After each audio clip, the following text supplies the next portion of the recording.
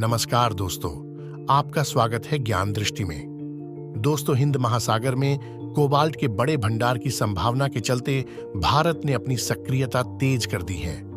भारत ने कोबाल्ट की खोज के लिए कुछ समय पहले जमैका स्थित अंतर्राष्ट्रीय सीबेड अथॉरिटी (ISA) को आवेदन दिया था, लेकिन यह पड़ोसी देश श्रीलंका के चलते अटक गया है। श्रीलंका ने अपने महाद्वीपीय शेल्फ का विस्तार करने की मांग की थी, जो उसकी अपनी क्षेत्रीय जल सीमा को समुद्र के नीचे कोबाल्ट के पहाड़ तक ले जाएगा, जिसे भारत हासिल करना चाहता है। मामला इतना ही नहीं है, बीजिंग की नजर भी इस धातु पर है और उसके सर्वेक्षण पोत भारत के पास हिंद महासागर क्षेत्र में लगातार पहुंच रहे हैं। हाल ही में एक चीनी सर्वेक्षण पोत ने इंडोनेशियाई जल क्षेत्र से गुजरने के बाद हिंद महासागर क्षेत्र में प्रवेश किया है। ये सारे संकेत साफ बता रहे हैं कि हिंद महासागर में कोबाल्ट खोजने को लेकर होड़ चल रही है। कोबाल्ट एक धातु है जो इलेक्ट्रिक वाहन में इस्तेमाल होने वाली बैटरी का मुख्य तत्व है। वर्तमान में कोबाल्ट की सप्लाई चेन में चीन हावी है। भारत ने 2070 तक शून्य उत्सर्जन का लक्ष्य रखा है और इस समय इलेक्ट्रिक वाहन की तरफ तेजी से जा रहा है। ऐसे में यह धातु उसके लिए बहुत महत्वपूर्ण हो जाती है। समुद्र में कोबाल्ट खोजने के लिए अंतर्राष्ट्रीय सीबेड अथॉरिटी से मंजूरी लेनी पड़ती है। भारत ने 18 जनवरी 2024 को अथॉरिटी के सामने आवेदन प्रस्तुत किया था। इस आवेदन में हिंद महासागर के अफानासी निकितिन सीमाउंट में कोबाल्ट से समृद्ध फेरोमैंगनीज क्रस्ट की खोज करने की मंजूरी मांगी है। आवेदन को भारत सरकार के पृथ्वी विज्ञान मंत्रालय के earth system science on organisation (ESSO) ने प्रस्तुत किया था। 3000 वर्ग किमी क्षेत्र में फैला है।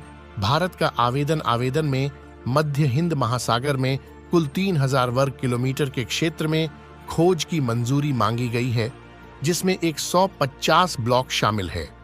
इन ब्लॉक में कोई भी क्षेत्र 20 वर्ग किलोमीटर से अधिक नहीं है। ब्लॉक 6 समूहों में व्यवस्थित है। निकितिन सीमाउंट मालदीव के पूर्व में और भारतीय तट से लगभग 1350 मील दूर है। भारत ने अपने आवेदन पर विचार करने के लिए प्राधिकरण को पहले ही 5 लाख अमेरिकी डॉलर का भुगतान कर दिया था। इसके साथ ही ESSO ने 5 साल के लिए कार्यक्रम भी प्रस्तुत कर दिया है। यहां तक तो सब ठीक है, लेकिन मुश्किल आगे शुरू होती है।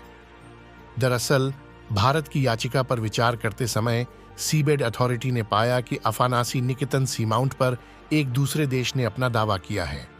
अल जजीरा ने अपनी रिपोर्ट में बताया है कि ISA ने भारत को दिए अपने जवाब में इस दूसरे देश का नाम नहीं लिया है, लेकिन विशेषज्ञों का मानना है कि यह कोई और नहीं, भारत का पड़ोसी श्रीलंका है।